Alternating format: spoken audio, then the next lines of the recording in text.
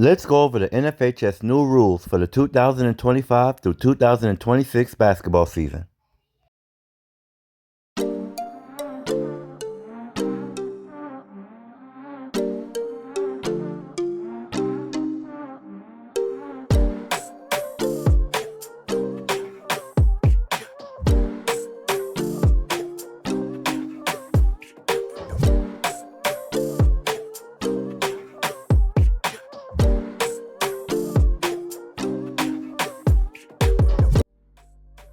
Let's review Rule 4-22-1 and 2, Offensive Goaltending. These rules were amended to indicate that only a defensive player can commit goaltending, eliminating the possibility of an offensive goaltending violation. The change removes the need to determine whether the ball in flight is a field goal attempt or a pass. Any alteration of a shot attempt with contact to the basket or backboard by the offensive player would be considered basket interference.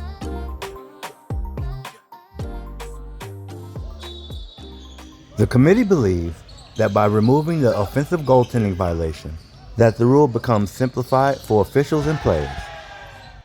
It removes the need to judge whether a ball is in flight for a try or a pass, resulting in clearer enforcement, greater consistency, and more opportunities for scoring plays near the basket.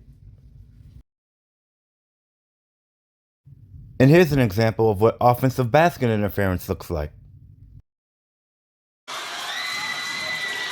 My goodness, Jefferson dribble penetration goes up, no, a wild shot.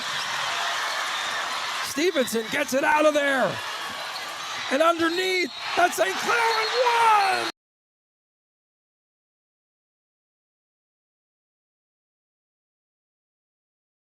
Out of there. And underneath.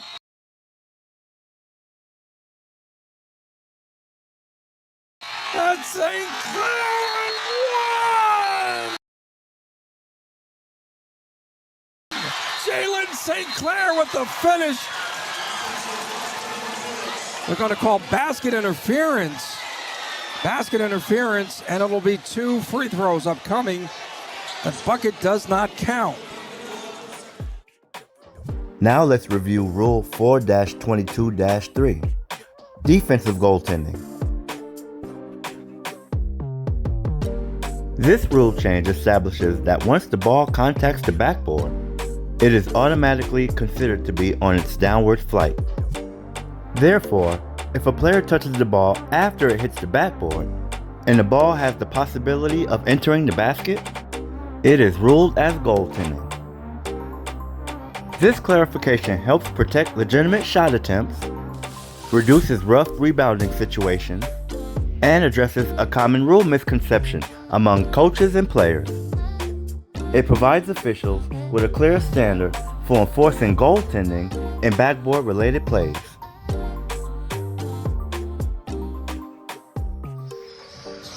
This change enhances officiating clarity and protects legitimate shot attempts. It also addresses a common misconception among coaches and players by explicitly defining goaltending, leading to more consistent enforcement. Rule 4-34-1, Definition of a player. This rule change updates the definition of a player to clarify that a player is one of 5 team members legally on the court at any given time, except during timeouts or intermission. The change ensures consistency in rule enforcement by recognizing that it is difficult to distinguish between players, substitutes, and bench personnel during timeouts and intermissions. This clarification also supports the accountability of coaches for all team conduct during these periods and helps avoid misapplication of penalties such as technical fouls.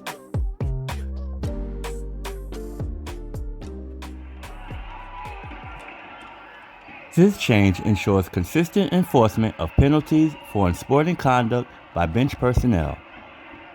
It allows officials to issue technical fouls to bench personnel during timeouts, aligning with the current rules for intermissions.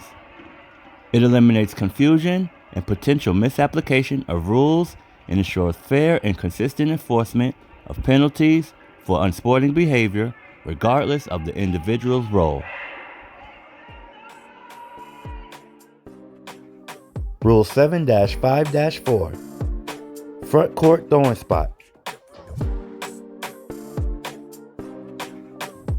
This rule change updates the procedure for determining the designated throwing spot following a stoppage of play in the front court and back court. Instead of relying on an imaginary line, officials now use existing court markings, specifically the three-point line, to determine the location. This change improves accuracy, consistency, and clarity for officials by using visual floor markings rather than imaginary lines, which were often misjudged.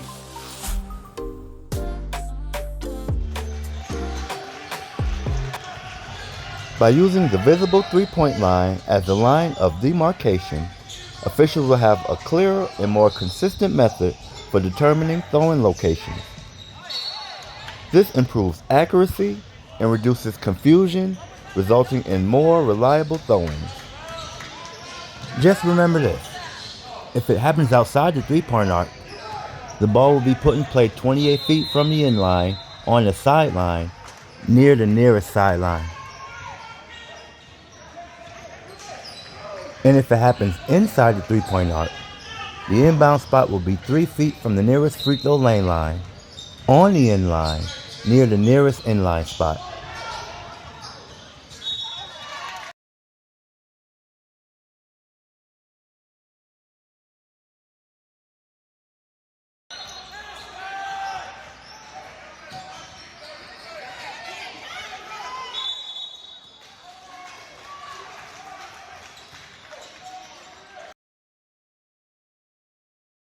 As a result of the penalty, the ball will be given to Team B in its backcourt. And since it occurred within the three-point arc, the ball will be inbounded nearest to the spot of the penalty outside of the free throw lane area on the end line. If the penalty were to happen outside the three-point arc, the ball will be inbounded on the sideline nearest to the spot of the penalty.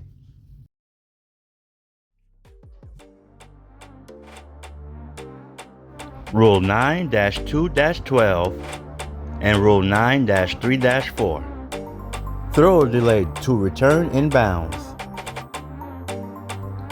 This rule change addresses situations where a thrower purposely and or deceitfully delays returning inbounds after legally stepping out of bounds and then becomes the first player to touch the ball upon re-entering the court. Previously penalized as a technical foul, this action is now treated as a violation, aligning it with similar out-of-bounds scenarios. The change reduces the severity of the penalty to encourage more consistent enforcement by officials and prevents players from gaining an unfair advantage through deceptive re-entry tactics.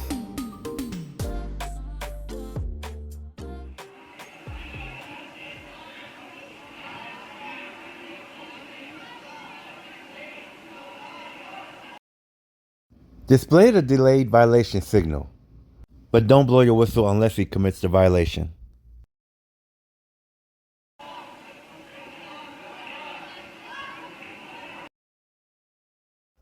Once the ball is contacted by any player not responsible for the delayed violation signal, the delayed violation signal should be dropped, no matter the order of what player is violated.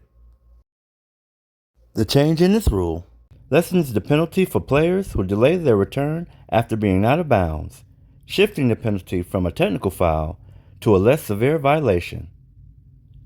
This rule aligns with the penalty structure of similar violations, such as Rule 9-3-3.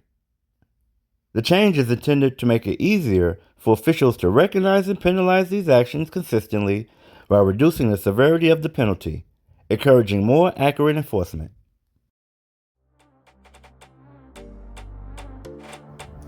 Rule 10-4-4B. Contacting the backboard or ring.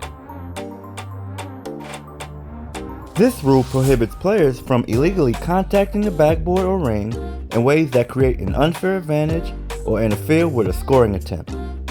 This rule is designed to maintain fair play and protect the integrity of scoring opportunities by penalizing actions affecting the outcome of a shot with a technical foul.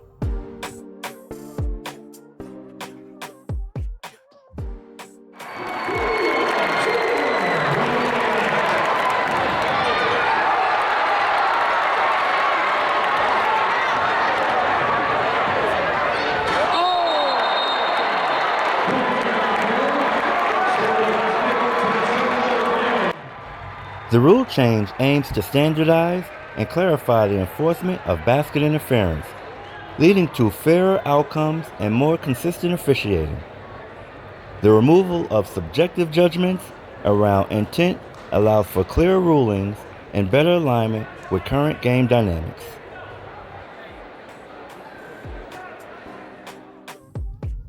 Rule 4-6-1, A and B. Basket interference clarification. This rule change clarifies and expands the definition of basket interference to include additional actions that unfairly affect the ball while it is in a scoring position. Basket interference now occurs when a player slaps or strikes the backboard, causing the backboard or basket to vibrate, while the ball is on or within the basket, touching the backboard, or within the cylinder.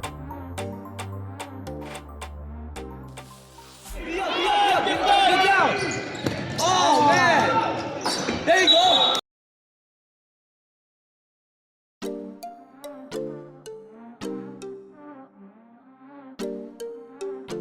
Be sure to check your rulebook and casebook for these new rule and editorial changes.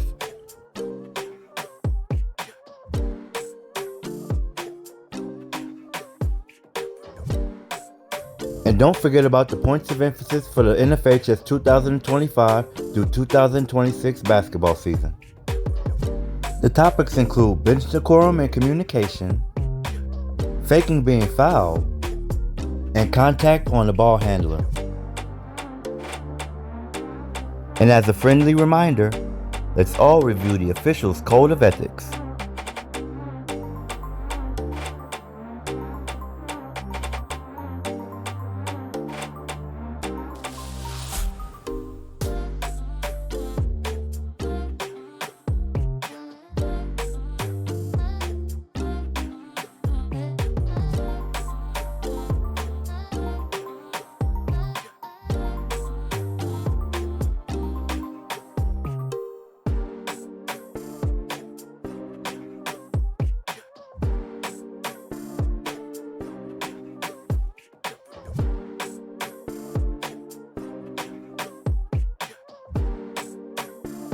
Hit the thumbs up button if you enjoyed this video. Let me know what you think, and please feel free to share. I'm the Professor, and thanks for watching.